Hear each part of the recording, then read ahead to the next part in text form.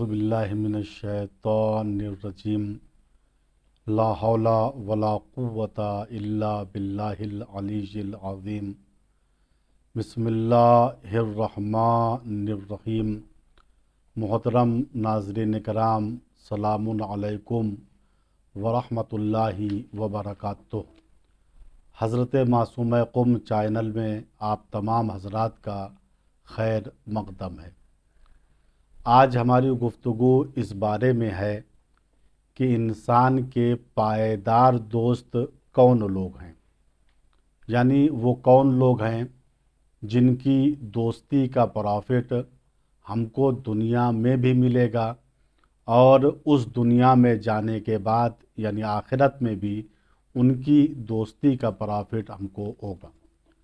ان میں سے پہلا شخص یا پہلا گروہ جن کی دوستی کا پرافٹ ہم کو دنیا اور آخرت دونوں میں ہوگا، وہ متقین اور پرہیزگار لوگ ہیں۔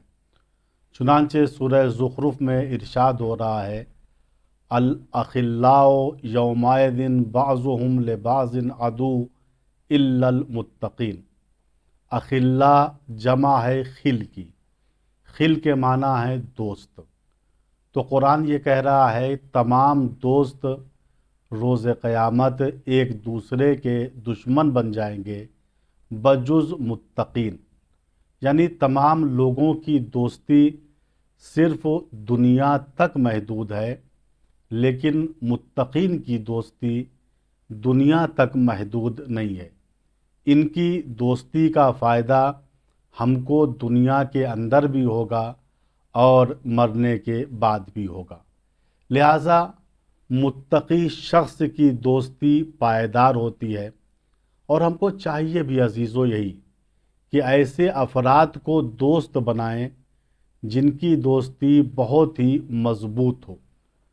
چنانچہ امام رضا علیہ السلام اپنے ایک نورانی بیان میں ارشاد فرماتے ہیں، الامام الانیس الرفیق۔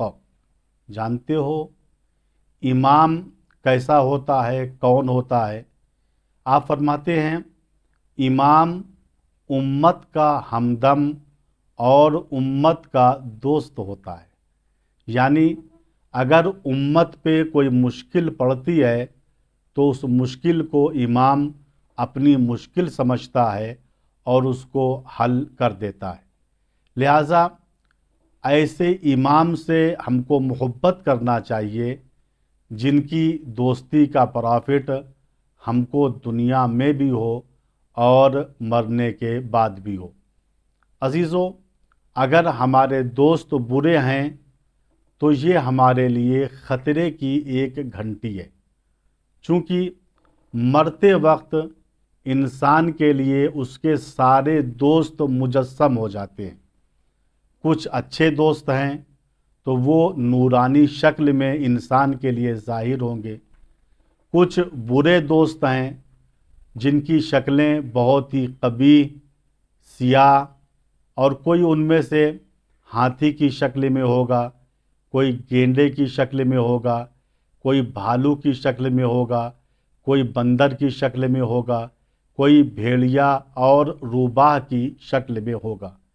لہٰذا انسان کے لیے اچھے اور برے دوست کا وقت آخر مجسم ہونا ہمارے لیے ایک ایسا میسج ہے کہ ہم کو چاہیے کہ ہم اس دنیا میں اچھے لوگوں سے دوستی رکھیں، متقین اور پرہیزگار افراد سے ہماری دوستی ہونی چاہیے، تاکہ اس کا پرافٹ ہم دنیا کے اندر بھی اٹھائیں اور مرنے کے بعد بھی اس دوستی کا پرافٹ ہم اٹھائیں۔ دیگر وہ افراد جن کی دوستی پائیدار ہے، ان میں سے بعض افراد یہ ہیں جن کا تذکرہ قرآن نے کیا ہے، وہ انبیاء ہیں، صدیقین ہیں، شہداء ہیں اور صالحین ہیں۔ چنانچہ روایت میں موجود ہے کہ رسول کا ایک صحابی تھا جس کا نام ثوبان تھا۔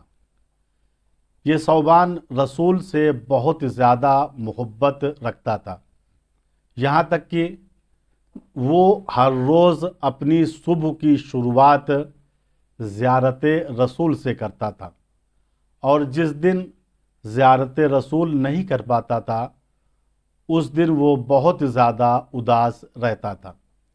صوبان ایک دن بزم پیغمبر میں آ کر بیٹھا اور اداس ہو کر اس نے سر کو جھکا لیا۔ رسول نے جب صوبان کی یہ اداسی دیکھی تو صوبان سے پوچھا، صوبان کیا بات ہے؟ آج اداس نظر آ رہے ہو، غمگین نظر آ رہے ہو۔ صوبان نے کہا، یا رسول اللہ، ابھی میں گھر میں بیٹھا ہوا تھا تو میں اس سوچ میں پڑ گیا کہ اگر میں جنتی بھی ہوا تو جنت میں آپ کے ساتھ میں نہ رہ پاؤں گا، چہ نسبت خاک را با عالم پاک۔ یا رسول اللہ، آپ اشرف الانبیاء ہیں، آپ خاتم الانبیاء ہیں، آپ کا مقام کہاں اور اس حقیر کا مقام کہاں؟ تو میں اس سوچ میں پڑا ہوا تھا کہ اس جنت سے کیا فائدہ ہے جس جنت میں آپ کی زیارت سے محروم رہوں گا۔ رسول اسلام مسکرائے اور مسکرا کے آپ نے فرمایا، صوبان، تم جنت میں بھی میرے ساتھ رہو گے، اداس مت رہو، غمگین مت رہو۔ صوبان نے سوالیہ نگاہوں سے رسول کی طرف دیکھا۔ یا رسول اللہ، آپ یہ کیا فرما رہے ہیں کہ میں آپ کے ساتھ جنت میں رہوں گا؟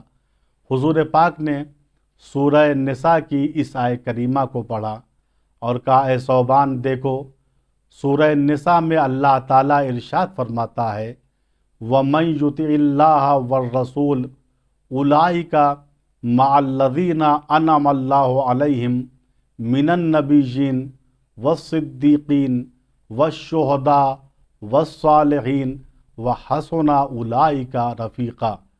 قرآن یہ کہہ رہا ہے، جو بھی اللہ اور اس کے رسول کی اطاعت کرے گا وہ روز قیامت نبیین کے ساتھ ہوگا، صدیقین کے ساتھ ہوگا، شہداء کے ساتھ ہوگا اور صالحین کے ساتھ ہوگا۔ اور یہ کتنے بہترین رفیق اور دوست ہیں انسان کے لیے۔